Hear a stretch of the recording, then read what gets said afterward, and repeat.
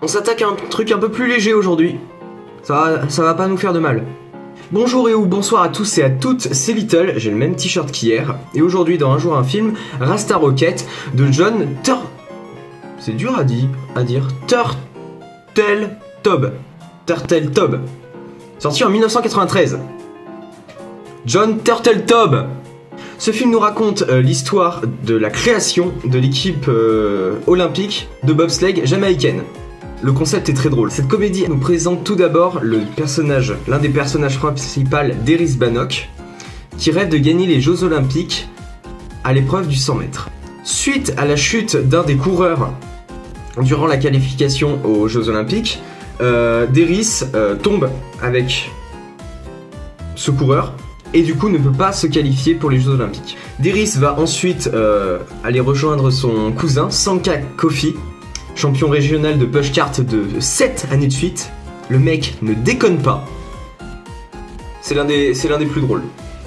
On va pas se mentir. Donc tous les deux, ils vont essayer d'aller enrôler un ancien ami du père de Deris, Irvin Blitzer, ancien champion olympique de bobsleigh, pour pouvoir derrière créer la première équipe jamaïcaine de bobsleigh. Comme je l'ai dit dans l'intro. Je me répète. J'en ai rien à battre. Sauf que pour le bobsleigh, il faut être 4. Et là, ils sont que 2, parce que Irvin, c'est l'entraîneur. Il est trop gros maintenant, il peut plus rentrer dans le bobsleigh. Donc du coup, il faut qu'ils trouvent 2 autres joueurs, et ils vont les trouver. Donc on a Junior Beville, qui est le coureur qui est tombé durant les qualifications aux Jeux Olympiques et qui a fait tomber Deris. Donc Junior est le fils d'un bourgeois de la ville de Kingston, là où se déroule l'action au début du film. Il est très fils à papa, malgré lui. Il souffre vraiment de cette emprise que son père a sur lui. Il manque d'autorité, il n'arrive pas à s'affirmer. Le 4e protagoniste va être Yul Brynner. C'est l'autre coureur qui est tombé. Il y a beaucoup de gens qui sont tombés. Enfin, ils sont 3, mais ça fait beaucoup de tomber dans cette critique. Donc c'est l'autre coureur qui est tombé. Du coup, il a un peu la haine envers Junior. Ça se comprend. Et il paraît un peu brut au premier abord. Il est là un peu pour casser des gueules, t'as l'impression. Mais il va se révéler assez cool au final. Même si au début, il est surtout là, dans l'équipe, par intérêt.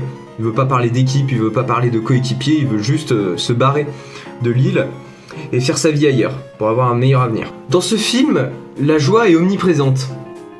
Ça passe par la musique, ça passe par les acteurs. Les acteurs arrivent super bien à retransmettre la joie quand ils sont joyeux. Et ils sont souvent joyeux, et c'est ça qui est cool. Donc, joie omniprésente dans ce film, c'est vraiment un feels good movie, comme on peut appeler. C'est des bonnes vibrations. On soutient les personnages comme si on regardait une véritable compétition de bobsleigh. Même si on n'a jamais regardé ce sport, même si on s'est jamais intéressé, on voit ces gars faire du bobsleigh, on est en mode ouais, vas-y, ouais, vous êtes les meilleurs, voilà. Et c'est fort pour un film de nous faire transmettre autant d'empathie pour les personnages, autant de soutien envers eux pour qu'ils réussissent. Il y a des films, voilà, notamment souvent dans les films d'action.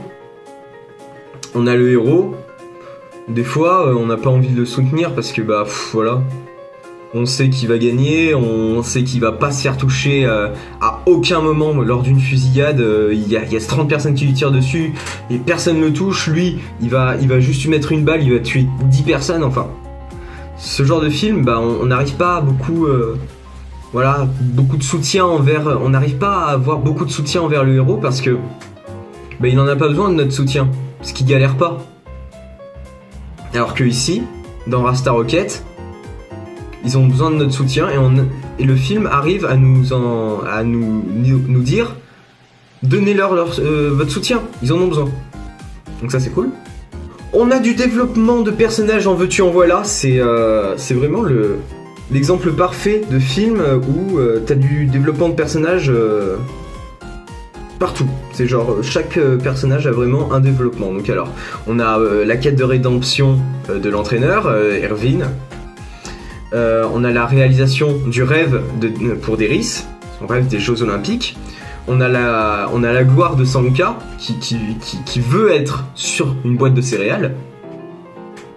Toi-même tu sais si t'as vu le film.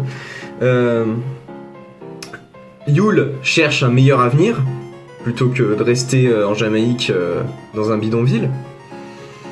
Mais le plus pertinent des développements de personnages reste quand même celui de Junior, qui va au fur et à mesure de l'avancée du film se libérer de l'emprise de son père et prendre confiance en lui, s'affirmer vraiment. Et je trouve ça dommage justement que ce soit pas lui le personnage principal. Parce qu'il est considéré comme un personnage secondaire, même si c'est l'un des principaux protagonistes. Mais c'est pas lui qu'on voit au tout début du film, par exemple. C'est pas lui le leader du groupe. Même si du coup, il y aurait un conflit au niveau de sa personnalité. Mais je trouve ça dommage qu'il ait vraiment... que ce soit pas lui le principal. Voilà. Bien entendu, la question du racisme est soulevée et bien mise en avant dans ce film, notamment avec l'équipe suisse, qui est très très malveillante envers l'équipe jamaïcaine. Et c'est cool, parce qu'on arrive à nous faire passer un petit message comme ça. Le racisme c'est mal, et c'est mal, mais sans trop appuyer dessus, sans nous en dégoûter en mode oui, bah, c'est bon, on a compris que film, tu es d'accord pour dire que le racisme c'est mal, on a compris, tu peux arrêter de le dire maintenant. C'est vraiment très très subtil et ça fait bien le café. Et je dis pas ça parce qu'ils sont blacks. Pour résumer, ce film prône toutes les jolies choses de la vie en fait. L'acceptation de la différence, la confiance en soi, poursuivre ses rêves, enfin c'est beau quoi, c'est waouh. D'ailleurs c'est tellement beau que ça me rappelle quelque chose.